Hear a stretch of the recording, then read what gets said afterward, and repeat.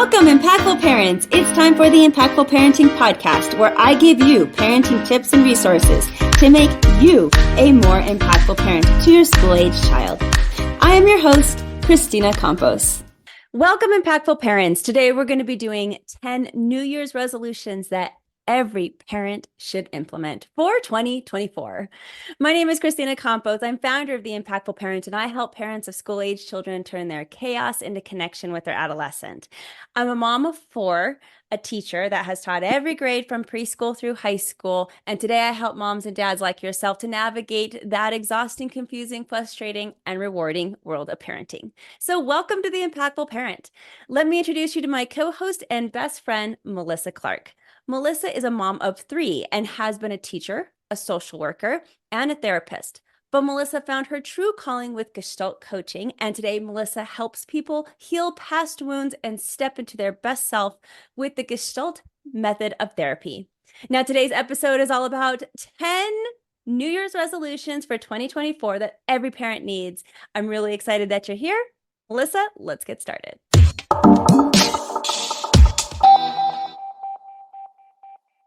Let's do it, Kristina. All right. Well, New Year's resolutions, I know they're not for everybody. For us, though, we like them. We actually do New Year's resolutions every year together, personally. Melissa, why are New Year's resolutions really important to you? What's the difference? Why have them even at all? Yeah, Kristina, I love New Year's Eve is one of my favorite holidays. And it feels like it's like a closing out of the old year and entering into the new one. And that's why I personally, you're right, it's not for everybody, but that's why I personally really like setting goals and resolutions and just plans really to look forward to for the new year. Well, I love New Year's resolutions because every year when I revisit them again, it gives me an idea of how much progress I've made throughout the year. And I really like that. I like to celebrate small wins. And a lot of times you don't see them throughout this year because they're small wins. It's like watching your child grow. Like you can see the difference a year later, but you can't tell every single day that they're growing. And so I feel it's the same way, but for my emotional, spiritual, parental, all the other things growth that I do for New Year's is I get to see that growth. And there's no other way I would be able to see it unless I was writing stuff down and actually taking inventory of it. So that's why I like New Year's resolutions. And I really hope that people implement these. The first one I want to give parents is New Year's resolution number 1 to be an impactful parent. You want to reserve 1 hour of your family's day as device and electronic free. That's where I'm going to start. That is a New Year's resolution goal. Like I know that is not really practical for a lot of families, but wouldn't it be wonderful to have 1 hour of the entire family disconnected from the social world, the internet world, the gaming world, the television fantasy world, and actually like be together for 1 hour a week? That's it. 1 hour a week, not every day. It's going to be difficult, but that's my goal. And I hope others can follow me with that. What do you think of this goal? Would you be able to do it? Yeah, I feel like me personally, we implement this pretty regularly in our household over here. So I don't think that that's too much of a challenge. We don't watch TV. My kids don't have phones. I think that this one's actually a pretty easy one for us, for my kids. For me, on the other hand, that's where I struggle, is being able to put it down, especially because I do so much work on my phone. It is hard to disconnect from that. But I think it's a really good one for a lot of families out there, and especially the parents. So what's your secret sauce that your kids are okay with it? They're okay with that 1 hour device free. What do you do that make that happen? Because so many other families are going to say, oh, wow, my kids are going to fight me on that. I think it's because we started so young. I've been very, and my kids go to a Waldorf inspired school, which is mostly technology free until middle school. And so it's just part of our world, or I should say it's not part of our world, is that we just don't do a whole lot of screens. We don't watch TV. My kids love to read books. Kind of dorky that way. But yeah, they love to play together. They love to read books. They draw a lot. So I think it's because it just hasn't been something that's really big in our family. So it's not a big deal to take it away. And I think that's a huge key for parents to hear and understand. Then if you have a smaller child, to be like, okay, I need to implement this now. Yeah, I think it's way easier to do when they're younger versus if they've had technology their whole life. When you wait until middle school or high school to try and reduce that, it's going to backfire. Now, if you do have a high school or middle schooler who you'd like to implement this with, I would say sit them down and talk with them. You need to get them on board with the whole New Year's resolutions. And maybe they don't have that one or something similar, but to just start as a discussion is maybe you never know. I always feel like people discount their kids and they're going to say, oh, I know that they're going to say no, or I know they're going to hate this. And they never even attempt a conversation with their child. Mm-hmm. And I'm like, oh, no, stop doing that. You're assuming somebody else. I mean, you might certainly be right, Yeah, but you don't know until you know. So I would encourage people just to, yeah, have that conversation. Let's talk about it. Can we yeah. do At this? least give it a shot. Yeah, get their input. Yeah. Mm-hmm. Well, New Year's resolution number 2. New Year's resolution is to block out quality one-on-one time with your children every day for at least 15 minutes. Okay. So this I've been preaching for years. It's really important. This one-on-one time with every child that you have should have 15 minutes of just you. No siblings, no spouse there. Every kid that you have should have 15 minutes of just you and that kid alone per day. And it sounds like, oh, 15 minutes, that should be so easy. This actually isn't all that easy either. Um, I find that the most successful parents with this do a routine with it. So it's either like maybe right before bedtime, they check in with each kid for 15 minutes as they say goodnight to them. Or sometimes a car ride is perfect, especially if you have teenagers or even just older kids, because then you're in parallel with them and they're stuck in the car with you. They can't run away. So this is a good time to have that one-on-one time. And it is during that 15 minutes of one-on-one time that your child really begins to hear you.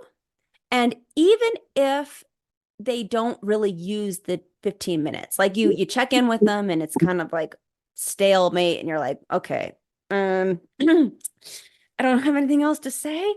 If you're consistently trying to give your child that 15 minutes every day and they see and they notice that, what it does over time, even if you're not really using all 15 minutes, is you're setting the precedent that if something happened in the middle of their day, let's say a month or 2 months down the road of the year, now they hold that in until it's their 15-minute time period.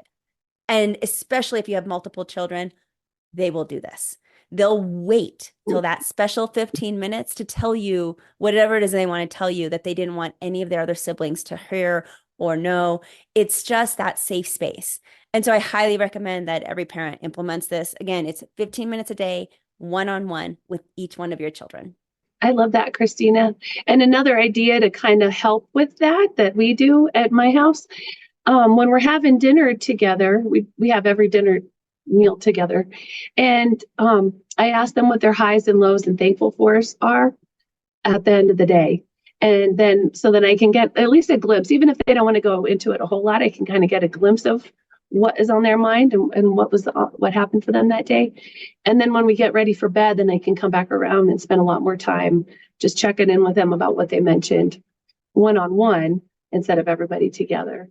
But yeah, I think that's a good one. And it tells them that they're important, that what happened to their day, what happened to them that day really matters to you. It's a lot more valuable than parents realize. And I hope you Mhm. implement it. I mean, it's magical, honestly, but you got to be consistent with it. You have to make it a part of your routine, and that's going to be key. Now, New Year's resolution number 3 is set a time when work must be put away and left for the next day. This is a parenting resolution that is, again, so not easy for so many people, especially entrepreneur people or people who have to bring home work with them, people who work from home. This is a tough one, but you really need to set a time when things are going to get shut off. And this for so many reasons. I mean, just so many. Your family wants to feel prioritized. They really do. And I think a lot of times we confuse making them a priority with, I'm working for them. I'm working so that we can have all of this, and then the kids, they don't get that. They don't Mhm. feel prioritized. And so to have a time when everything gets shut off, it tells the family that I might have to do that for us as a family, but now this is my time for you. I also think it's good for your social, emotional, and mental health as a parent to be able to shut off work at a particular time and say, nope, I worked. Now it's time to turn off the computer and go on to the next thing, and I'll Mhm. deal with that tomorrow. I think it's so important for us as parents. Otherwise, we already put too much on our shoulders. Mhm. This work, I hate for work to be just another thing. For sure. Yes. And one thing that I do is that I do shut it off when I have my kids around. But then sometimes I do have work that I need to finish up at the end of the night. So I'll come back at bedtime, which I dislike doing that so much that that's my motivation to get most everything done ahead of time. And then if I don't get it all done, if I can put anything off until the next day, that's okay too. But that's my time to do it, is to get caught up, is after bedtime. And I dislike that so much that I'll do anything to avoid that. New Year's resolution to be an impactful parent number 4 is read with your child no matter what their age. Reading to your child is amazing. It's another one of those secret sauce parenting tips that I give. And it doesn't matter their age. I feel like it's so sad that we have little tiny children, preschoolers, and we read to them and it's bonding time. And then our kids learn to read for themselves and we stop reading to them.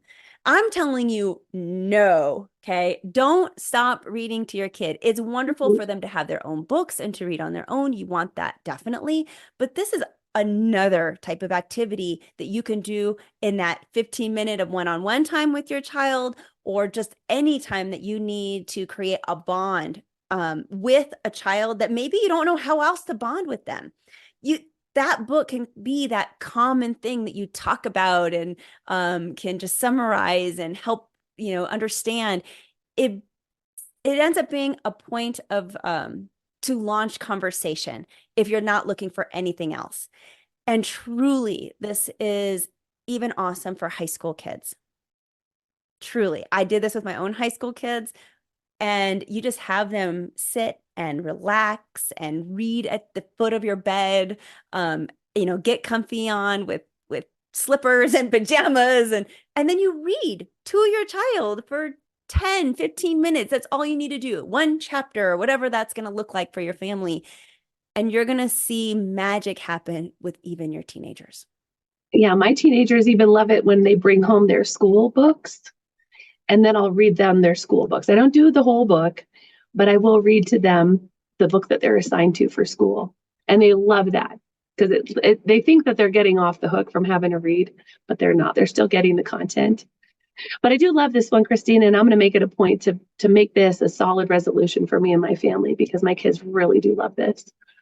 They do. And we don't Mhm. do it enough, I think, as families. I have to do it more too. I Mhm. was really good about it when I had my dyslexic son at home. Now he's old and out in college and off in his own world. But when I had him in the house, it was so much easier for me to do because I wanted to help him. I wanted homework to go faster. So I did what you did. I Mhm. read Yes. the books out loud to him that he needed to read, even if it was boring. And he thought he was getting off when really he was just learning the Mhm. material. Mhm. And it got me to be engaged in what he was learning, what he was interested in. It got us talking points. And then my other children are not dyslexic. And so it's harder. I have to make intentional efforts to do this particular New Year's resolution. And it's difficult. I get whopped up in the everyday stuff. So 2024, it's got to be a part of the routine. Love it. I'll be right there with you. New Year's resolution number 5, start eating better because it matters. It's just gotta start eating better. Can't we all just start eating a little bit better? Um, I'm even going to suggest that come spring, you create a garden with your child because gardening is another magical moment. for kids to not only learn, but, cultivate their own food. It makes them experiment more with food. It has them eating healthier. And one of the things I hear over and over as a parenting coach is, oh, I can't control what they eat. They always eat junk food all the time. And this really always bothers me because as a if you have an older child who can purchase their own food outside of the home, yes, there's a point where you can't control it. But inside the home, I don't know very many teenagers who are going out there grocery shopping for the family. Nope, the parent is doing that still. And what things are you putting in your cabinet? Are they chips? Are they just fried foods? Are they box foods? And that's the precedent that we're setting. That's the role modeling that we're doing. So even if you can't control what your child eats outside of your home, you certainly can start to take control of what's inside of your home. And that alone can make a big difference. Yeah, and you can get them excited too. They can pick out recipes. My kids love baking. And so they'll pick out their own recipes. They'll come up with a grocery list. We'll go to the grocery store together. And it's all good life. It's not it's physical health for sure, eating healthy, but it's also good life skills for them to have when they are lunched out in the world. I can't tell you how many clients I've talked to and they're like, I don't know how to cook, which I think is so tragic because it's so easy. It's a lot cheaper than going out all the time, and it's so much better for you. So I think that this is another really good one that a lot of people could benefit from. New Year's resolution number 6. Eat dinner together at least 3 times a week and make one of those meals a family meeting. Okay.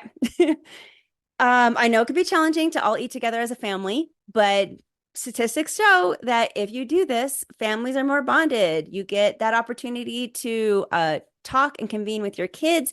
And this is especially important as your kids become more independent and they're teenagers and they're off going in 10 different directions, that we have an opportunity to sit down and check in with them.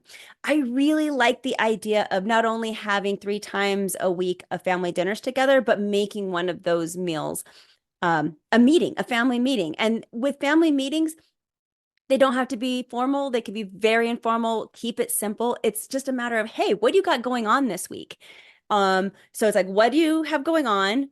What are your goals for the week? What are you hoping for? What are you worried about that might happen during this week?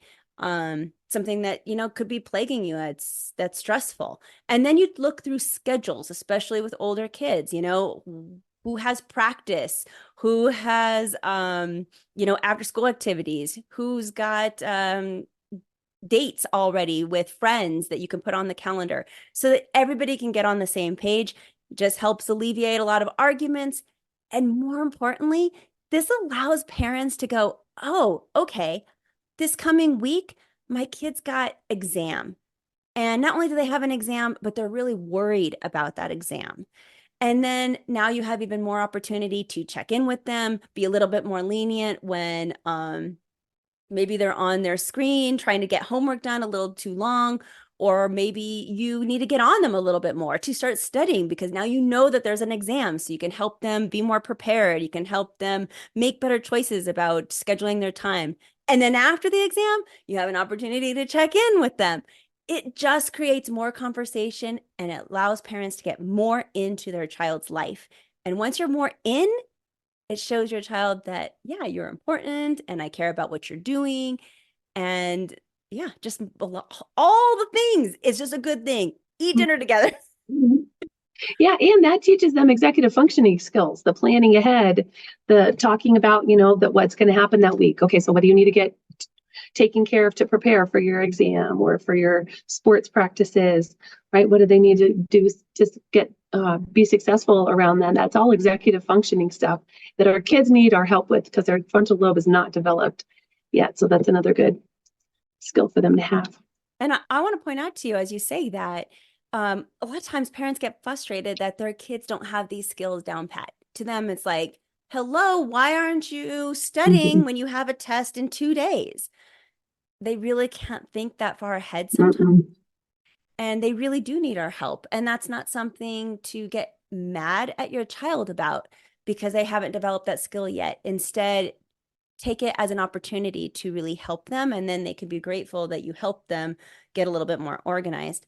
Now, I got a question for you, Melissa. How often do you actually eat dinner with your kids when you have them?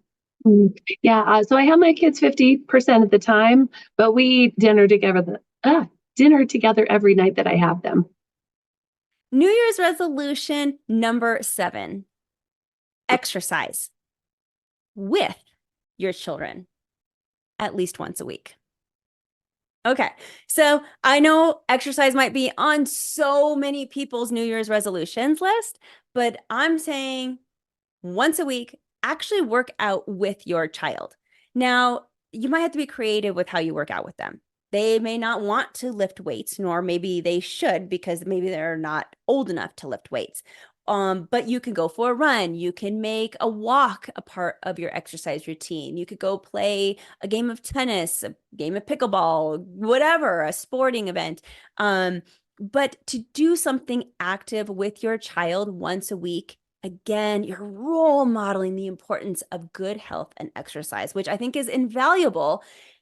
And kids need to see you do this. They need to see you take the lead, that you take care of yourself, you exercise, you make it a priority. And then I'm allowing them to join you once a week. It just helps solidify that into their brain. Now, Melissa, you have 2 girls at home. And I'm sure yet you probably don't exercise with them very often. But if you did, what would you do? So I'm actually super excited that my youngest one loves to ski and my middle one is just now getting into snowboarding, which I'm super excited about that. So I told her, I'm like, I'll get you the whole setup if you can commit to going at least once a week. So that's what I focus on, is making it fun, something that they enjoy to do. I do work out at home, and they'll come and join me every once in a while if I'm stretching, especially. They'll come because they want my attention, and they'll come and talk to me while I'm stretching. But for the most part, it's just about making it fun for them. In the summer, we do a lot of mountain bike rides and hiking together. So they don't know that it's exercise, it's physical activity, but it's really just playing for them. And that's key, right? You don't have to call it exercise. So many times we think we call it exercise and now we're like, Hmm. that's a bummer. I don't want Yeah. to do it anymore. Don't call it Hmm. exercise. We Yeah. know what it is, but you don't need to call it that. We don't have to put that label. You can Mm-mm. do it in other ways. Thank you for that example because that's perfect. That's exactly what I want parents to do. Yeah. And it's fun too. And especially when they're doing something that I love and they get to see that and I get to teach them. It's a really good bonding opportunity for us. I like to do yoga while I'm watching movies. So I'll ask my kids to watch movies with me. That's what they get to invited for. Hey, watch a movie with me. Then while I'm watching the movie, I just start pulling out some yoga Hmm. moves, doing some sit-ups while I'm watching the movie, push-ups, whatever, you know, as I'm watching the movie. And at first they're kind of looking at me like I'm crazy, but it's funny. They'll start to join in and I'll encourage them like come on do this with me or hold my feet so I can do these sit-ups and then I say okay now it's your turn go ahead now I'll hold your feet for you and they do it and again it's not something that's said out loud because that's boring and now it's a chore when you have a label on it but I think as parents we can be creative with how we present this. Hmm. And I think language around it is helpful too. If there's the focus on, oh, I am working out to lose weight, that's not a super great message always to send, especially to certain kiddos and especially girls. But if it's, hey, I'm doing this because it feels good for my body, that's a completely different message, one that they can understand and pick up on, and they can start to relate to that. And oh, physical activity actually feels really good. When I move my body, it feels good. So I want to do more of it. New Year's resolution number 8, volunteer with your children at least 2 times a year.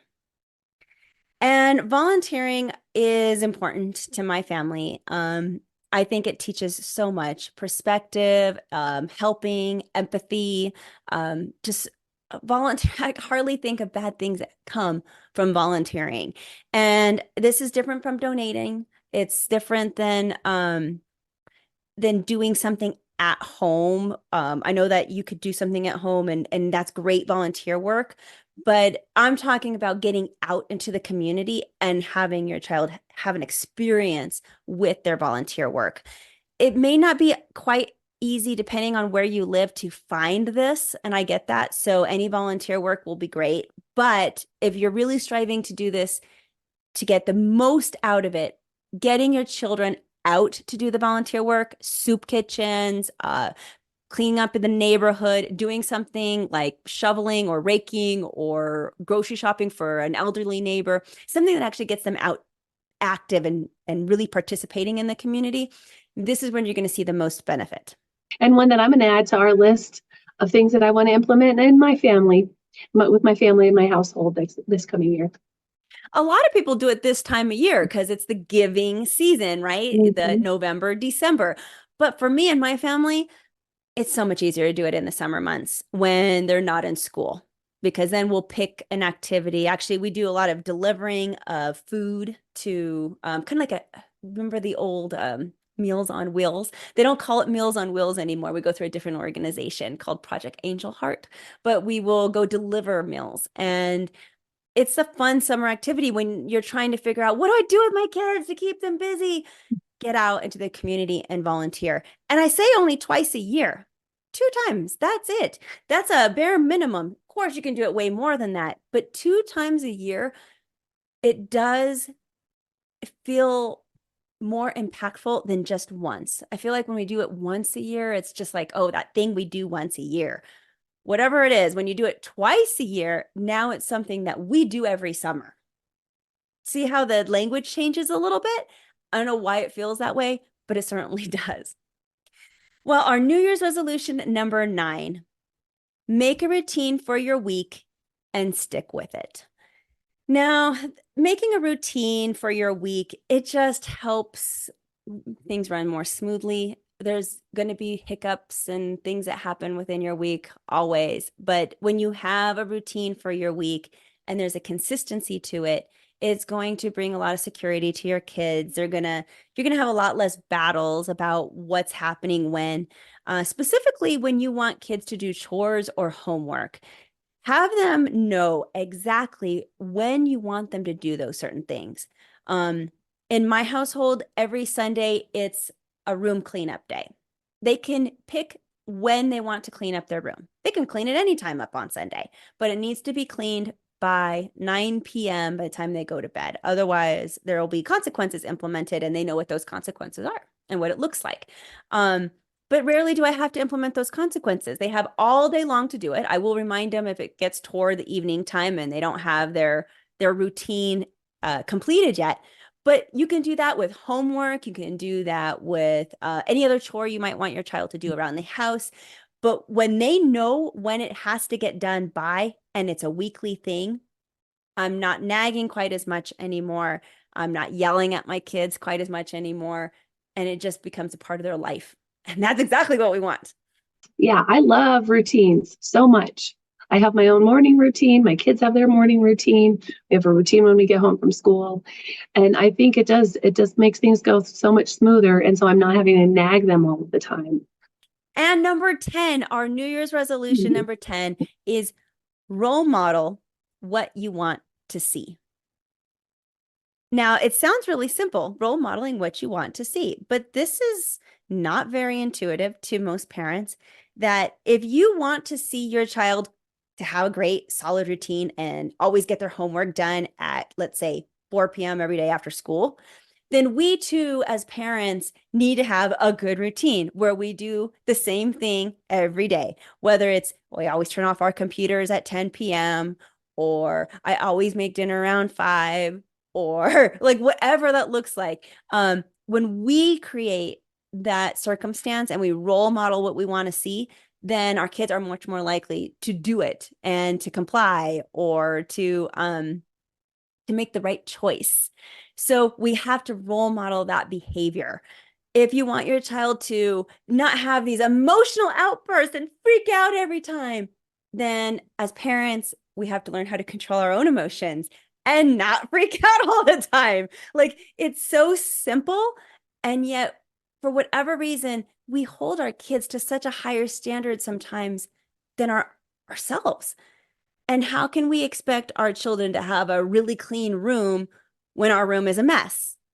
We can't. They won't listen to us. So just with everything in your life, if you see that your child is doing something and you're like, God, I just wish that they would, fix this and do that. Rewind a little bit and think, are you role modeling that type of behavior? Do they know what that looks like? Because a lot of times kids don't know any better. They don't know anything else. So they'll just repeat those same behaviors over and over and over again because they don't know what the alternative looks like. And as an adult, we're like, duh, it looks like this. Hello. But they don't know it. It's just not, it's not top of mind. They don't realize it. You don't know what you don't know. Mm-hmm. And that's really what this comes down to. So we need to role model those behaviors so they can see it. This can be a little frightening for some parents to hear this, but this is so important, like across the board.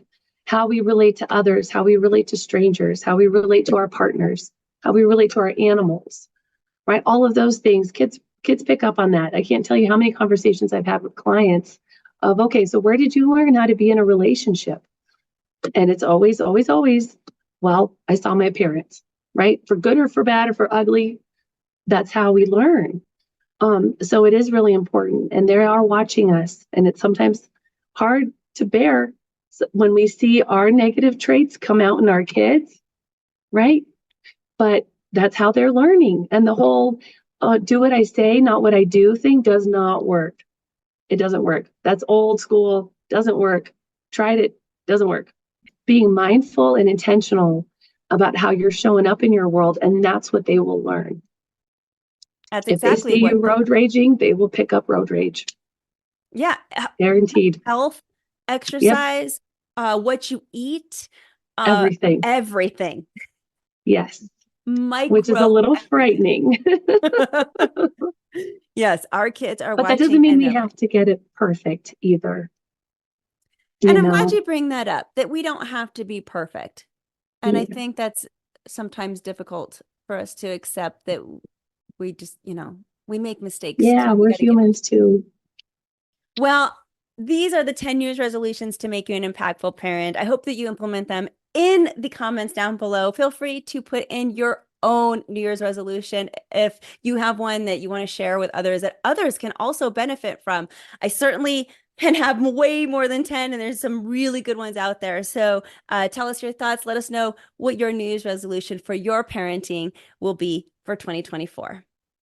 And before we go, I have some announcements to make. Don't forget that the Impactful Parent Special Parent Education event is this week. So every week our topic changes, and this week we'll be talking about lessons to teach your kids to keep them safe.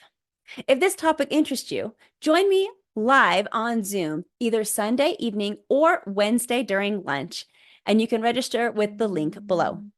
Thank you for joining us today. Remember that this episode is just a small part of what the Impactful Parent offers. Also available are online courses, support groups, coaching services, and the Impactful Parent app. Find out more by going to theimpactfulparent.com. To find out more about Melissa's coaching and therapy services for all ages, go to fireandrainscoaching.com. Become a more impactful parent and download the Impactful Parent app. The Impactful Parent app is free, so you can carry helps and tips and parenting resources right in your pocket. Discover new techniques to make your parenting more effective and get parenting resources that'll make your life easier. Download the app today. You got nothing to lose since it's a free download. So go to theimpactfulparent.com or your phone's app store. Search The Impactful Parent and discover how you can step up your parenting game and become a more impactful parent. But until next time, you got this. I'm just here to help.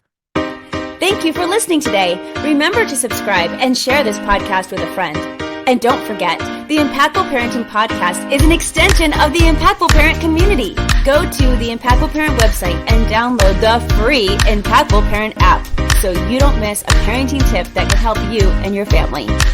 Thanks for listening today. So go to theimpactfulparent.com and see you next episode.